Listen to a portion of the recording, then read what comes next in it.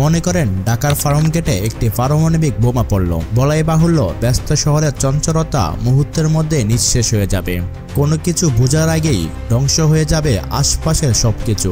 মনে করেন আপনি বিস্ফোরণ স্থল থেকে বেশ দূরে আছেন, তবুও কি আপনি পারমাণবিক বোমার প্রভাব থেকে রক্ষা পাবেন? প্রশ্ন হচ্ছে, বিস্ফোরণের ঠিক কতটুকু দূরে অবস্থান করলে আপনি নিরাপদ? সাল 1945।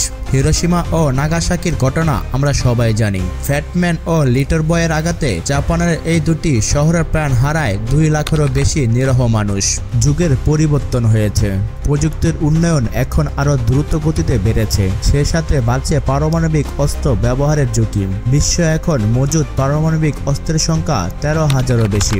আধুনিক পারমাণবিক বোমাগুলো ফ্যাটম্যান ও লিটল বয়ের থেকেও 60 গুণ বেশি শক্তিশালী। ধরা যাক উত্তেজনাকর কোনো পরিস্থিতিতে কোথাও 1 মেগাটন পারমাণবিক বোমা বিস্ফোরিত হলো। তৎক্ষণাৎ 1 সেকেন্ডের আগে তৈরি হবে বিশাল আগুনের বলয়, যার ব্যাসার্ধ হবে প্রায় 2 থেকে 3 কিলোমিটার। এই তাপমাত্রা হবে সূর্যের থেকেও বেশি। এই বলয়ের মধ্যে থাকা সবকিছু মুহূর্তে ধ্বংস হয়ে যাবে, সবকিছু আগুনের ছায়ে পরিণত হবে। উত্তপ্ত কড়াইয়ের মধ্যে 1 ফোঁটা পানি ফেললে যেমন শব্দ হয় আর তার পরপরই পানি ডুবে যায়, ঠিক তেমন। অর্থাৎ ফার্মগেট থেকে তেজগাঁও, শাহবাগ, বাংলা মোটর, নিউ মার্কেট, খামারবাড়ি পর্যন্ত সব ধ্বংস হতে সময় লাগবে 1 সেকেন্ডের মতো। প্রথম ধাপ শেষে পরবর্তী ধাপে ছড়িয়ে পড়বে তেজস্ক্রিয়তা, যার ব্যাসার্ধ থাকবে 13 থেকে 15 কিলোমিটার। এই স্থানে তাপমাত্রা এতই বেশি থাকবে যে রাস্তায় চলতে থাকা মানুষ হঠাৎ নিজেকে জ্বলতে দেখবে। মোহাম্মদপুর, মিরপুর, খিলগাঁও, রামপুরা, মহাখালী, উত্তরা এ সীমার মধ্যে থাকবে। মানুষের বেঁচে থাকার সম্ভাবনা নেই বললেই চলে। দ্বিতীয় ধাপ শেষে আসে তৃতীয় ধাপ। তৃতীয় ধাপে ভয়ঙ্কর ঝাঁকুনিতে কেঁপে উঠবে ঢাকা ও তার পার্শ্ববর্তী অঞ্চল। আগুনের বলয়টি এতই বেশি চাপ তৈরি করবে যে শব্দের বেগের থেকেও দ্রুত গতির বাতাসে সবকিছু উড়ে যাবে। শহরের 20 কিলোমিটার পর্যন্ত সব ভবন ধসে পড়বে। ধরুন বিস্ফোরণের স্থান থেকে 20 কিলোমিটার দূরে কেউ জানালার পাশে দাঁড়িয়ে আছে, হয়তো কিছু হচ্ছে ভেবে ক্যামেরাটা বের করছে মাত্র ছবি তোলার জন্য।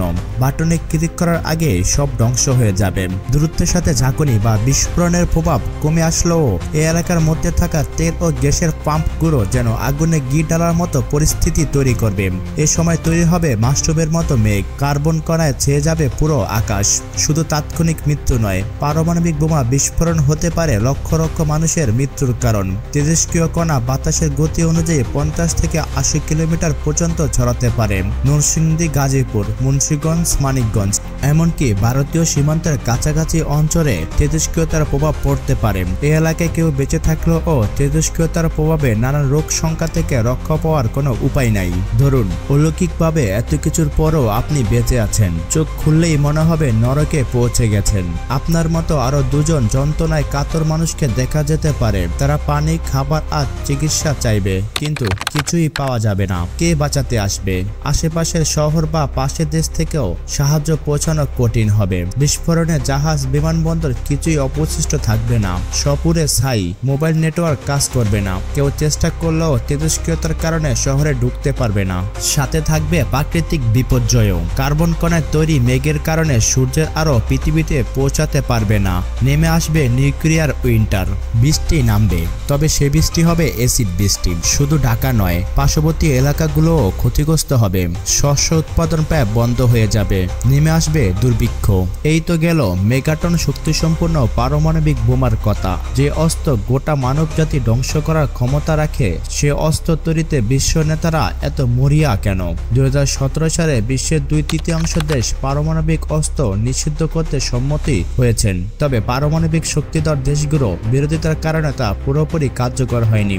তারা নিরাপত্তার দোহাই দিয়ে পারমাণবিক বোমা তৈরি করে যাচ্ছে। একের পর এক বিশ্ব পরিস্থিতি এখন যেদিকে এগোচ্ছে তাতে পারমাণবিক যুদ্ধের আশঙ্কা অমূলক নয়। কোন এক ভুল সিদ্ধান্তে ক্ষমতার দ্বন্দ্বে মানুষ ভয়ঙ্কর আত্মঘাতী সুইচ চাপতে পারে, আর পৃথিবী তখন আর আগের মতো থাকবে না।